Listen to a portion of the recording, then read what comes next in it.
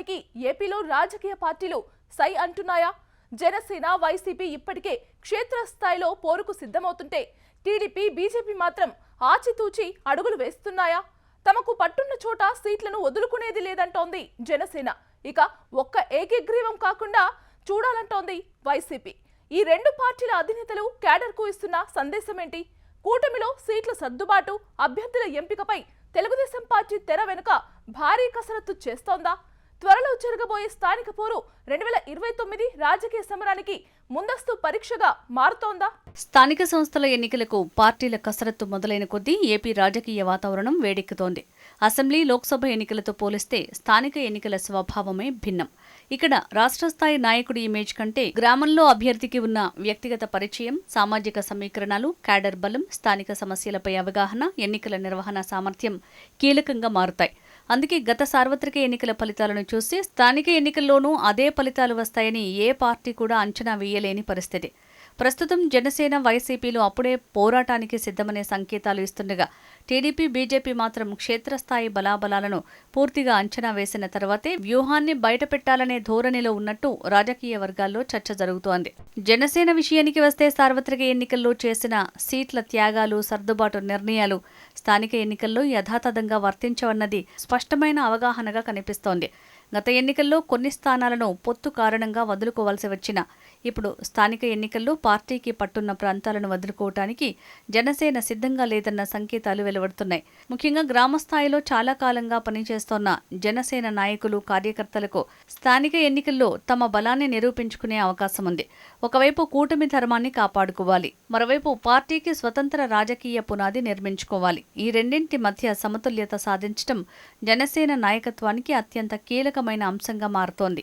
రాష్ట్ర స్థాయిలో పొత్తు ఎంత బలంగా ఉన్నా గ్రామస్థాయిలో సీటు విషయంలో తలెత్తే అసంతృప్తి క్యాడర్పై ప్రభావం చూపకుండా జాగ్రత్త పడాల్సిన అవసరం ఉంది. జనసేనకు మరో ముఖ్యమైన అంశం క్యాడర్ మేనేజ్మెంట్. సార్వత్రిక ఎన్నికల నాటి ఉత్సాహాన్ని లోకల్ వార్లో కొనసాగించగలిగితే పార్టీకి ప్రయోజనం. కానీ ప్రతి గ్రామంలో పార్టీకి బూత్ స్థాయి నుంచి పంచాయతీ స్థాయి వరకు ఎవరు బాధ్యత తీసుకుంటారు? ఇతర కూటమి పార్టీలతో సమన్వయం ఎవరు చేస్తారు? తమకు బలమైన స్థానాల్లో అభ్యర్థిని ఎలా ఎంపిక చేస్తారు? సీటు దక్కని ఆశావహులను ఎలా సముదాయిస్తారు అన్నది జనసేనకు కీలక పరీక్ష. ముఖ్యంగా కూటమిలో భాగస్వామ్య పార్టీలకు చెందిన బలమైన నాయకుల మధ్య పోటీ ఏర్పడితే రాష్ట్ర స్థాయి నిర్ణయం కంటే స్థానిక నాయకుల అంగీకారం ముఖ్యం కావచ్చు. ఈ సమస్యను ముందుగానే పరిష్కరించకపోతే కూటమి ఓటు బ్యాంకు చీలిపోయే ప్రమాదం ఉంటుంది. ఇక వైసీపీ విషయానికి వస్తే ఇది ఆ పార్టీకి కేవలం ఎన్నిక మాత్రమే కాదు, క్షేత్రస్థాయిలో తన పట్టును, ఉనికిని కాపాడుకునే పరీక్ష కూడా. అందుకే ప్రతి స్థానంలో పోటీ చేయాలన్న వైసీపీ అధినేత వైఎస్ జగన్ వైఖరి ప్రాధాన్యాన్ని సంతరించుకుంది. ఏకగ్రీవాల పేరుతో రాజకీయ రాజీకి వెళ్లకుండా పార్టీ అభ్యర్థుల గెలుపు కోసం పూర్తి స్థాయిలో పనిచేయాలని క్యాడర్కు ఇచ్చిన సంకేతం. స్థానిక ఎన్నికలను పార్టీ పునర్నిర్మాణ ప్రక్రియలో భాగంగా చూస్తున్నారనే అభిప్రాయానికి దారితీస్తోంది. అధికారంలో లేని పార్టీకి స్థానిక సంస్థల్లో కొంతైనా పట్టు కొనసాగితే క్షేత్రస్థాయిలో పార్టీ కార్యకర్తలకు ధైర్యం వస్తుంది. అదే సమయంలో భారీ స్థాయిలో పరాజయం ఎదురైతే పార్టీ సంస్థాగత బలహీనత మరింత బహిర్గతమయ్యే అవకాశం ఉంటుంది. వైసీపీ అధికారంలో ఉన్నప్పుడు ఉన్న ప్లస్ పాయింట్లు ఇప్పుడు ఉండకపోవచ్చు. గతంలో అధికార పార్టీకి దగ్గరగా ఉన్న కొందరు స్థానిక నాయకులు ఇప్పుడు తమ రాజకీయ భవిష్యత్తుపై కొత్త లెక్కలు వేసుకునే అవకాశం ఉంది. అలాంటి పరిస్థితుల్లో అభ్యర్థి గెలుపు కోసం పారదర్శకంగా పూర్తి స్థాయిలో పని చెయ్యని కోఆర్డినేటర్లకు భవిష్యత్తులో టికెట్లు దక్కవని జగన్ చేస్తున్న కఠిన హెచ్చరికలు పార్టీ క్యాడర్ని కట్టడి చేయడానికి ఉద్దేశించినవిగా చూడొచ్చు. నాయకుల పనితీరును అంచనా వేసే పరీక్షగా స్థానిక ఎన్నికలను చూస్తుందనే సంకేతాలు కనిపిస్తున్నాయి. అయితే హెచ్చరికలతో మాత్రమే క్యాడర్ను పని చేయించడం సాధ్యమా? స్థానికంగా బలమైన అభ్యర్థులు లేకుండా ప్రతి స్థానంలో పోటీ చేయటం ఎంతవరకు ఫలితాన్నిస్తుంది అన్నది వైసీపీ ముందున్న అసలు ప్రశ్న. ఏకగ్రీవం అనేది గ్రామంలో పోటీ లేకుండా ఒక అభ్యర్థి ఎన్నిక కావటం. కానీ రాజకీయ పార్టీలకు మాత్రం ఏకగ్రీవం అనేది స్థానిక ఆధిపత్యానికి ఒక ప్రతీకగా మారింది. అందుకే ఏకగ్రీవాలకు అంగీకరించకూడదని వైసీపీ తన క్యాడర్కు చెప్తోంటే మరోవైపు కూటమి పార్టీల్లో కూడా తమ బలమైన స్థానాలను వదులుకోకూడదనే అభిప్రాయం ఉండటం సహజం. అందువల్ల ఈసారి పోటీ చేయటం కంటే సరైన అభ్యర్థిని ఎంపిక చేయటమే అసలు గేమ్ చేంజర్గా మారే అవకాశం ఉంది. టీడీపీ వైఖరి మాత్రం మరింత వ్యూహాత్మకంగా కనిపిస్తోంది. గత వైసీపీ ప్రభుత్వ కాలంలో స్థానిక సంస్థల ఎన్నికలను టీడీపీ బహిష్కరించిన అనుభవం ఇప్పుడు ఆ పార్టీకి ఒక రాజకీయ పాఠం.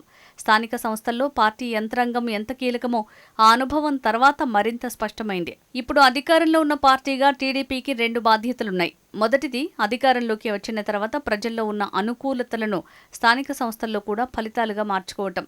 రెండోది, కూటమి భాగస్వామ్య పార్టీలతో సీట్ల సర్దుబాటు విషయంలో పార్టీకి నష్టం జరగకుండా చూడటం. అందుకే టీడీపీ అధినేత, ముఖ్య నాయకత్వం ముందుగానే దూకుడైన ప్రకటనలు చేయకుండా నియోజకవర్గాల వారీగా, మండలాల వారీగా, గ్రామాల వారీగా పరిస్థితిని అంచనా వేయటం రాజకీయంగా సహజమైన వ్యూహంగా కనిపిస్తోంది. టీడీపీకి మరో సవాల్ పార్టీ అంతర్గత పోటీ.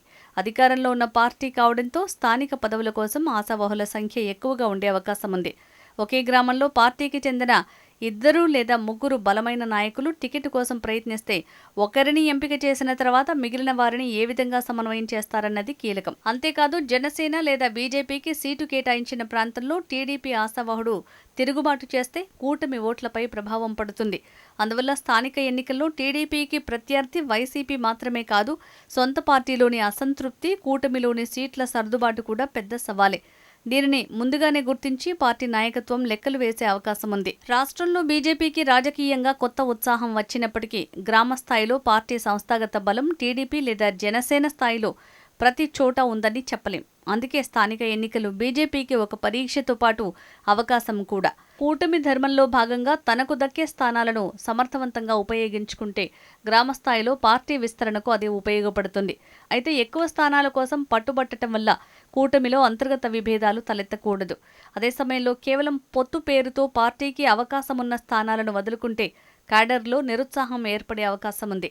ఈ రెండింటి మధ్య బీజేపీ ఏ విధంగా సమతుల్యం పాటిస్తుంది అనేది చూడాలి. ఇక స్థానిక సమరంలో కూటమి పార్టీల మధ్య సమన్వయం కూడా పెద్ద టాస్క్ అనే చెప్పాలి. రాష్ట్ర స్థాయిలో 3 నేతలు ఒకే వేదికపై కనిపించడం సులభం. కానీ గ్రామంలో ఒక పదవికి 3 పార్టీల నుంచి 3 ఆశావహులు ఉంటే సీటు ఎవరికివ్వాలి? అభ్యర్థి బలం ఎలా కొలవాలి? ఏ పార్టీకి ఎన్ని స్థానాలు? గత ఎన్నికల్లో ఎవరు ఎంత ఓటు తెచ్చారు? ప్రస్తుతం ఎవరి క్యాడర్ యాక్టివ్గా ఉంది? సామాజిక సమీకరణం ఎవరికి అనుకూలం వంటి అనేక అంశాల ఆధారంగా నిర్ణయాలు తీసుకోవాల్సి ఉంటుంది. కేవలం పార్టీ సీనియారిటీ లేదా పై స్థాయి నాయకుల అభీష్టం ఆధారంగా అభ్యర్థులను ఎంపిక చేస్తే స్థానికంగా దెబ్బ తగిలే అవకాశం ఉంది.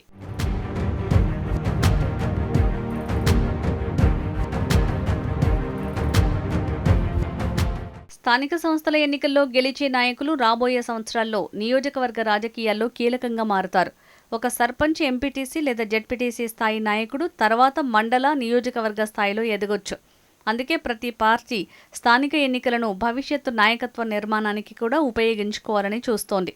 స్థానిక ఎన్నికల నేపథ్యంలో సై అంటే సై అనే మూడ్లోకి వెళ్లినట్టు కనిపిస్తోంటే టీడీపీ, బీజేపీ మాత్రం ఇప్పటికిప్పుడు తమ కార్డులు పూర్తిగా బయటపెట్టకుండా క్షేత్రస్థాయి లెక్కలు వేస్తున్నాయి. వైసీపీకి ఇది పునాదిని కాపాడుకునే పోరాటం. జనసేనకు తన స్వతంత్ర బలాన్ని నిరూపించుకునే అవకాశం.